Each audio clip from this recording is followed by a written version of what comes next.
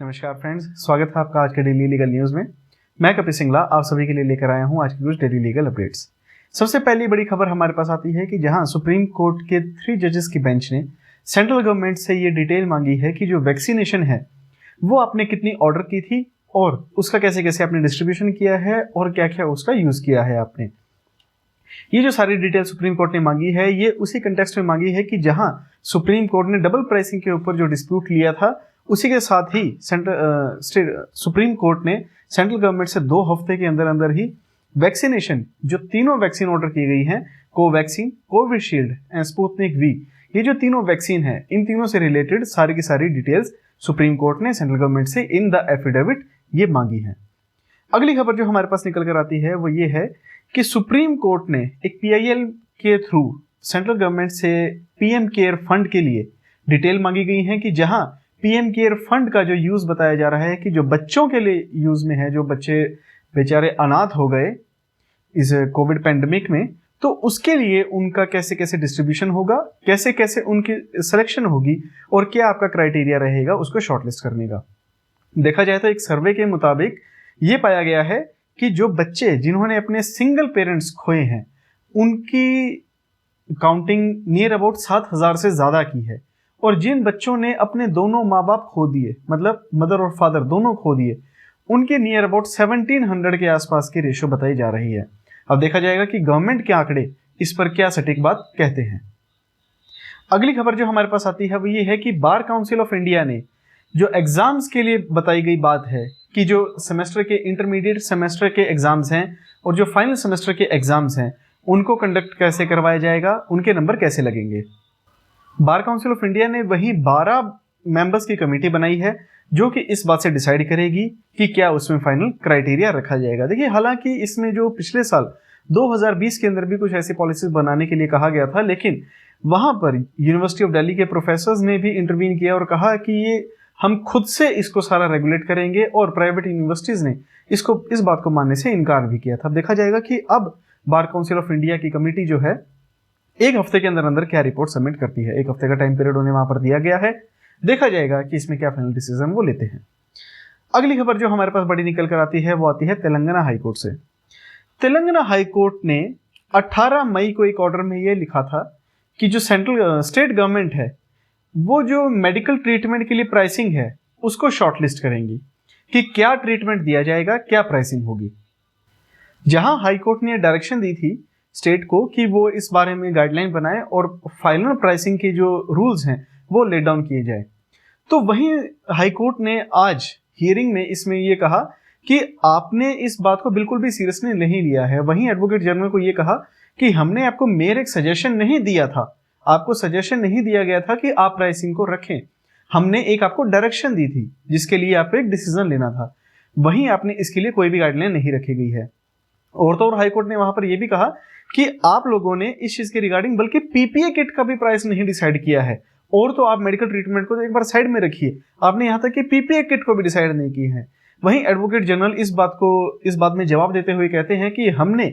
जो हॉस्पिटल्स हैं जो एक्स्ट्रा प्राइस चार्ज कर रहे हैं, पेशेंट से ज्यादा पैसे ले रहे हैं, उनके लाइसेंस कैंसिल करने का डिसीजन लिया है। तो वहां हाईकोर्ट कहती है कि लाइसेंस कैंसिल करने से पेशेंट्स को क्या बेनिफिट होगा, वहां तो बल्कि कहां हम ये कह रहे हैं कि हॉस्पिटल आपको बढ़ाने चाहिए, कहां बेड्स की कमी हो रही है, और ऊपर से आप जो डिसीजन दे रहे हैं उसमें आप हॉस्पिटल का लाइसेंस ही कैंसिल कर रहे हैं। इससे क्या होगा, इससे बल्कि हॉस्पिटल को ज्यादा उत्साहना मिलेगी, हॉस्पिटल को ज्यादा पावर मिलेगी कि वो इस बात को लीनियंटली लेंगे, इस बात को वो कैजुअली लेंगे कि कोई बात नहीं, हमारा लाइसेंस कैंसिल हो गया, अब हमें कोई चिंता नहीं है। वहीं हाईकोर्ट ने कहा कि आपको अगर लाइसेंस कैंसिल करना है तो आपको ये डायरेक्शन देनी चाहिए कि जो पेशेंट्स हैं जिनसे आपने ज्यादा प्राइस चार्ज किया है उनको आप रिफंड करें, जो भी उनका बैलेंस अमाउंट है, और जो आगे आने वाले पेशेंट्स हैं उनके लिए प्राइसिंग जो है वो फिक्स करी जाए, ताकि जो पब्लिक है उसको ज्यादा लोड ना पड़े। क्योंकि देखिए, ये मैटर यहां से निकला था कि हाईकोर्ट के सामने कुछ ऐसी बातें आई थी कि जहां हाईकोर्ट ने ये पाया कि जो पब्लिक है अपना बिल पे करने के लिए अपने जो गोल्ड्स हैं, अपने मतलब जो सेविंग्स हैं, उसको गिरवी रख के अपना बिल पे कर रही है, कहा जाए तो अपने बहुत ज्यादा डेप्ट के अंदर जा रही है पब्लिक। वहीं ऐसा ही कुछ मामला आता है हमारे पास मद्रास हाईकोर्ट में। मद्रास हाईकोर्ट में क्या हुआ, ये भी एक बहुत अच्छी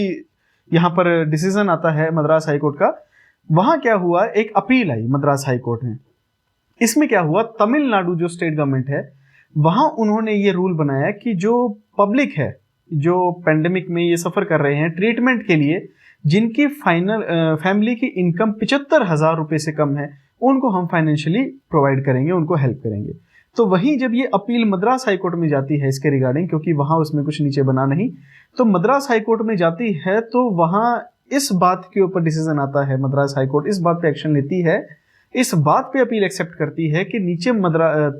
तमिलनाडु गवर्नमेंट कहती है कि ये हमारा मामला है, इसमें हम डिसाइड करेंगे, हम देखेंगे कि कैसे हमने करना है। तो मद्रास हाई कोर्ट के सामने जब ये अपील आई तो मद्रास हाई कोर्ट में एक बहुत ही इंटरेस्टिंग बात अपील में लिखी गई, वो ये थी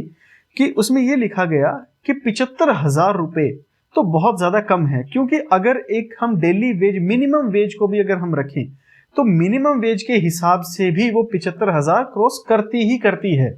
तो मिनिमम वेज से कम तो किसी की लेबर है ही नहीं, और 75,000 तो बहुत ही ज्यादा कम है। तो यहां ये कंसिडर करना बिल्कुल जायज होगा कि ये तो एक मेरे एक बात बनाने को कही गई है, सिर्फ एक रूल बना दिया कि 75,000 है, तो 75,000 के नीचे तो कोई आएगा ही नहीं, तो बेनिफिट किसको दिया, किसी को भी नहीं। तो उसी बात को लेकर जो ये मद्रास हाई कोर्ट में अपील डाली गई, अब देखा जाएगा कि मद्रास हाई कोर्ट इसमें क्या डिसीजन लेती है। अगली बड़ी खबर जो हमारे पास आती है वो है सीबीएसई बोर्ड से, जहां मंडे को 31 मई को सुप्रीम कोर्ट ने सेंटर्स को ये गाइड किया था, उनसे ये जवाब मांगा गया था कि वो सीबीएसई बोर्ड के अंदर फाइनल डिसीजन ले। वहीं सेंट्रल गवर्नमेंट ने 2 दिन की रिक्वेस्ट की थी, यानी कि थर्सडे को, मतलब 3 जून की डेट रखी गई थी, जहां पर सुप्रीम कोर्ट ने कि 3 जून तक आप फाइनल करें कि आप इसमें क्या फाइनल डिसीजन देंगे, और अगर आप कैंसिल करते हैं ये एग्जाम्स तो ठीक है, अगर नहीं करते हैं तो आपको कोई सॉलिड रीजन देना पड़ेगा। उसी के ऊपर 1 जून को यानी कि कल इसके ऊपर हमारे honourable prime minister Shri Narendra Modi ने मीटिंग ली थी, और वहां मल्टीपल मिनिस्टर्स के साथ ये बैठकर मीटिंग की गई थी, और वहां ये डिसीजन लिया गया कि जो सीबीएसई 12th बोर्ड के एग्जाम्स हैं वो ना हो। हालांकि जो सेंट्रल बोर्ड के, स्टेट बोर्ड के एग्जाम्स हैं उसके लिए स्टेट गवर्नमेंट के पास अपनी डिस्क्रिप्शन छोड़ी गई है, ये देखा जाएगा कि स्टेट गवर्नमेंट इसमें क्या डिसीजन लेती है। हालांकि बहुत सारे स्टेट्स हैं जिन्होंने उसी को बात को रखते हुए सीबीएसई बोर्ड वाले डिसीजन को, जो कि ऑनरेबल प्राइम मिनिस्टर ने लिया है, उसी ऑर्डर को रखते हुए उन्होंने स्टेट के एग्जाम से भी कैंसिल कर दिए हैं। देखा जाएगा कि बाकी की स्टेट्स भी इसमें क्या ऑर्डर करती है। उम्मीद तो यही है कि बाकी की स्टेट्स भी एग्जाम्स को कैंसिल करेंगी। और अगली जो लास्ट खबर हमारे पास निकल कर आती है वो है कि चीफ जस्टिस, हमारे honourable chief justice of supreme court ने ये कहा ट्यूसडे को कि जो हमारे पास केसेस आते हैं सुप्रीम कोर्ट के अंदर वो 95% के अराउंड फ्रिवलस होते हैं। हालांकि ये देखिए कि मतलब 5% जो केसेस हैं वो ही एक सही केसेस निकल कर आते हैं सुप्रीम कोर्ट में। तो आप देखिए कि सुप्रीम कोर्ट का कितना ज्यादा टाइम वेस्ट यहाँ पर होता है। चीफ जस्टिस ने यही कहा कि जो हमारा टाइम है बहुत ज्यादा हमारा यहाँ वेस्ट हो जाता है, और हम जो ये मेजर केसेस हैं जो 5% केसेस में 5% में रह गए, उन पर हमें ध्यान देने में कम टाइम मिलता है। अगर ये केसेस कम हो जाएं जो कि फ्रिवलस हैं तो हम ज्यादा टाइम उन पर डिवोट कर पाएंगे, जो कि एक मेजर इशू है जो नेशनल इशू के अंदर आते हैं। अब ये डिसीजन सुप्रीम कोर्ट की चीफ जस्टिस ने लिया है, ये कमेंट दिया है, एक स्टेटमेंट दी है, देखा जाएगा कि अब आगे सुप्रीम कोर्ट इसमें क्या एक्शन लेती है। आज के लिए फ्रेंड्स इतना ही, मिलेंगे अगली डेली लीगल न्यूज में, तब तक के लिए नमस्कार।